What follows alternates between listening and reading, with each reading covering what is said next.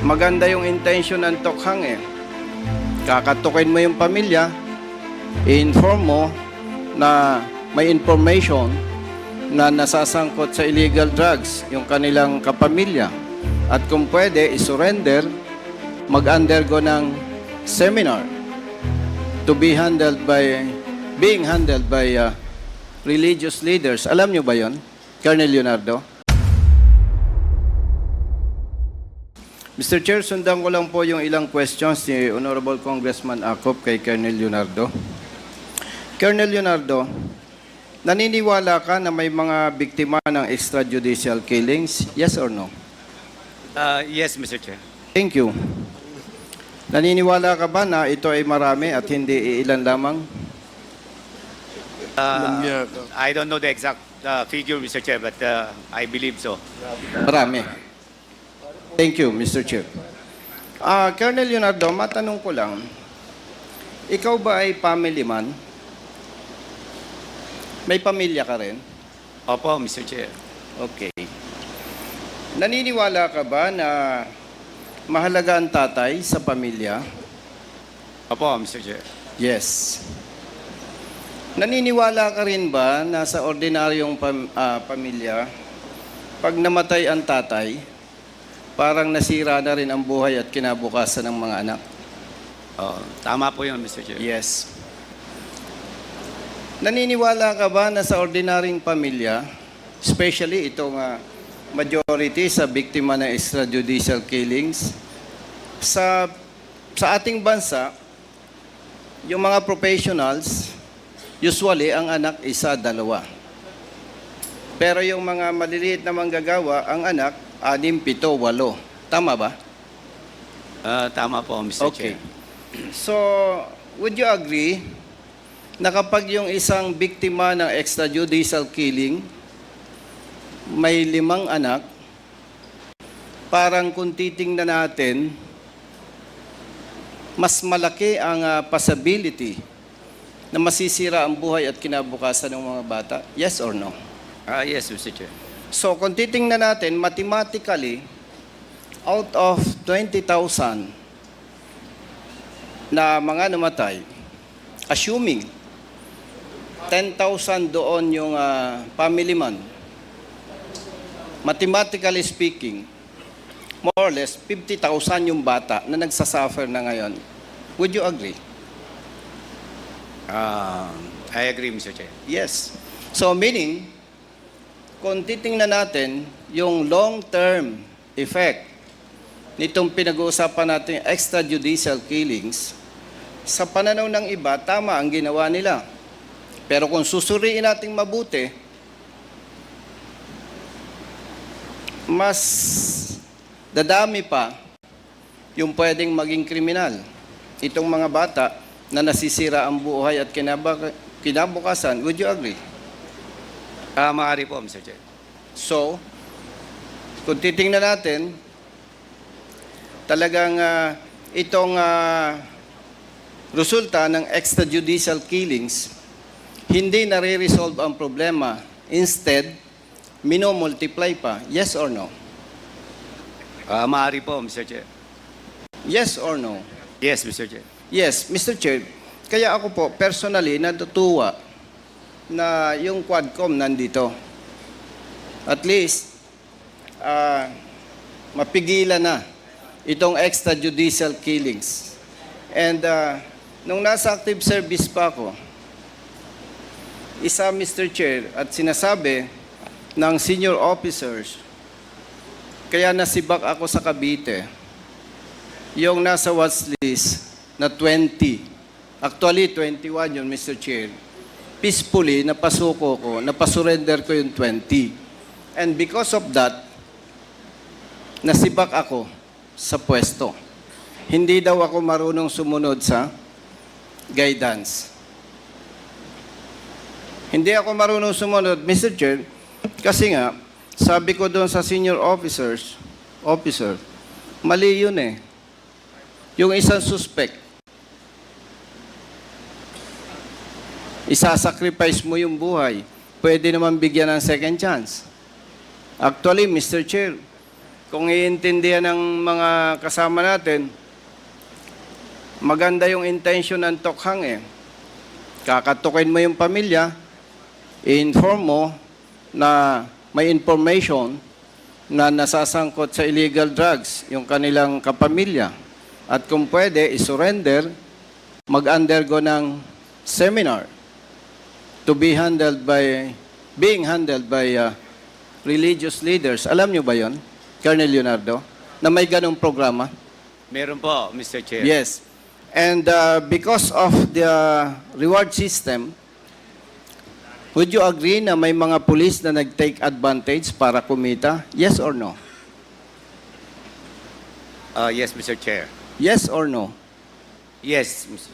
Yes, thank you, Colonel Leonardo. So, again, Mr. Chair, napakaganda na na-address ito ng Quadcom.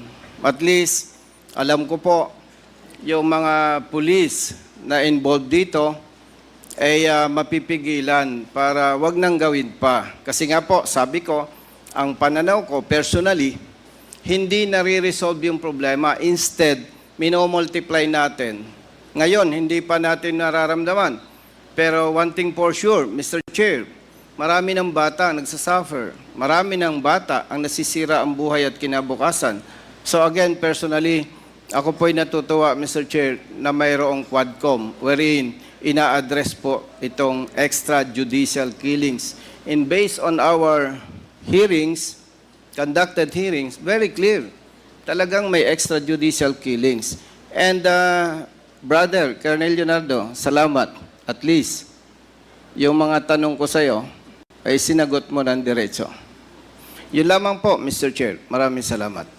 Thank you, Congressman Busita. And last interpellator for this morning, Congressman Lordan Suan. You're recognized. Thank you, Mr. Chair. Colonel Leonardo, before you were appointed as Police Commissioner, what was your assignment? I was with the DNR, Mr. Chair, as Undersecretary po. Ano po? DNR? Yes, sir, Mr. Chair. But that was after your stint as CIDG Chief in Region 11, was it not? Correct po, Mr. Chair. Did you apply for the position of Police Commissioner or were you recommended for the post? I was appointed, Mr. Chair. I just received order, Mr. Chair. Would you consider a commissioner of the NAPOLCOM a high position, Colonel Leonardo? Based on salary grade, Mr. Chair, it's higher, Mr. Chair. Okay. Are you a lawyer, Colonel Leonardo? Hindi po, Mr. Chair. Do you have a master's degree or a PhD? Yes, Mr. Chair. A PhD? Yes po, Mr. Chair. Okay. So you had that before you were appointed as police commissioner. Yes, Mr. You were already a PhD before you were appointed as police commissioner. Yes, Mr. Chair. When were you appointed as commissioner? February 2022, Mr. Chair. February 2022. And who appointed you as commissioner? The former President, Rodrigo Roa Duterte, Mr. Chair. So you must have done something special to be appointed as police commissioner and before that as undersecretary of Environment and Natural Resources. Is that right? I have done many operations when I was with DNR, Mr. Chair. I led the anti-illegal logging task force. When you were an undersecretary? Undersecretary, Mr. Chair. And then you were appointed as commissioner of the NAPOLCOM afterwards. I was appointed as Commissioner NAPOLCOM Vice then General Serapio, Mr. Chair. Nag-end po yung kanyang term, Mr. Chair. And then before you were appointed as undersecretary of the DNR, what was your job?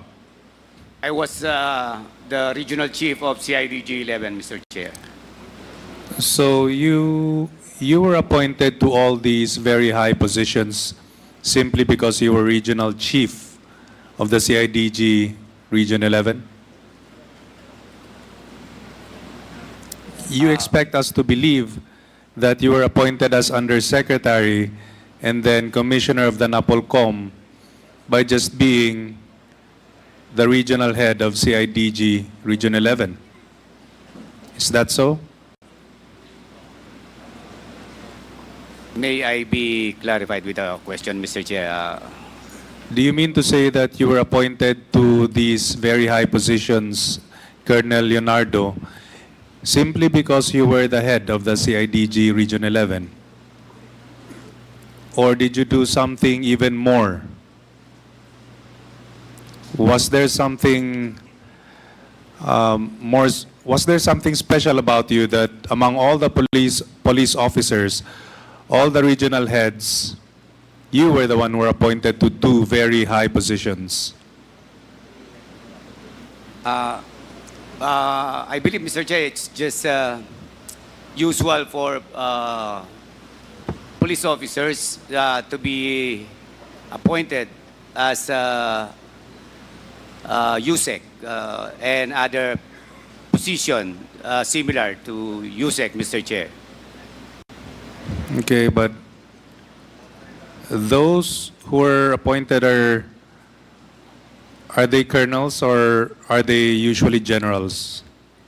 There are a lot of colonels and there are also generals, Mr. Chair, who were appointed in different positions as USEC, ASEC, and other positions, even director, Mr. Chair. You know, your appointment as undersecretary and as police commissioner is very suspect, and it leads me to believe that you must have done something extraordinary for the president to appoint you to these positions. A few more questions, Mr. Chair, just a couple more. Kilala niyo po ba ang mga Parohinugs in Osamis? Do you know them? Kilala ko lang po, Mr. Chair.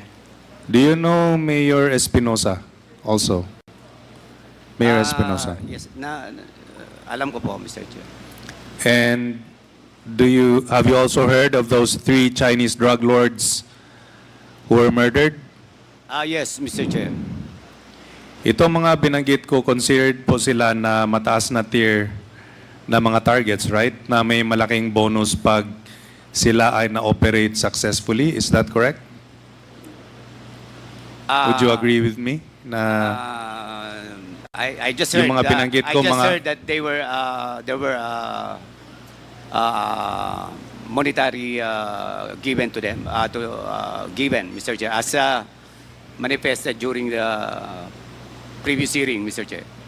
So kaya po hindi nakakapagtaka na itong mga binanggit ko ay napaslang na. Di po ba? Dahil malalaki yung mga bonus nila pag na-operate sila successfully. I cannot confirm, Mr. Chair. I don't have personal knowledge with regards to this. Sige. Bonus. That's all, Mr. Chair. Thank you, Congressman Suwan.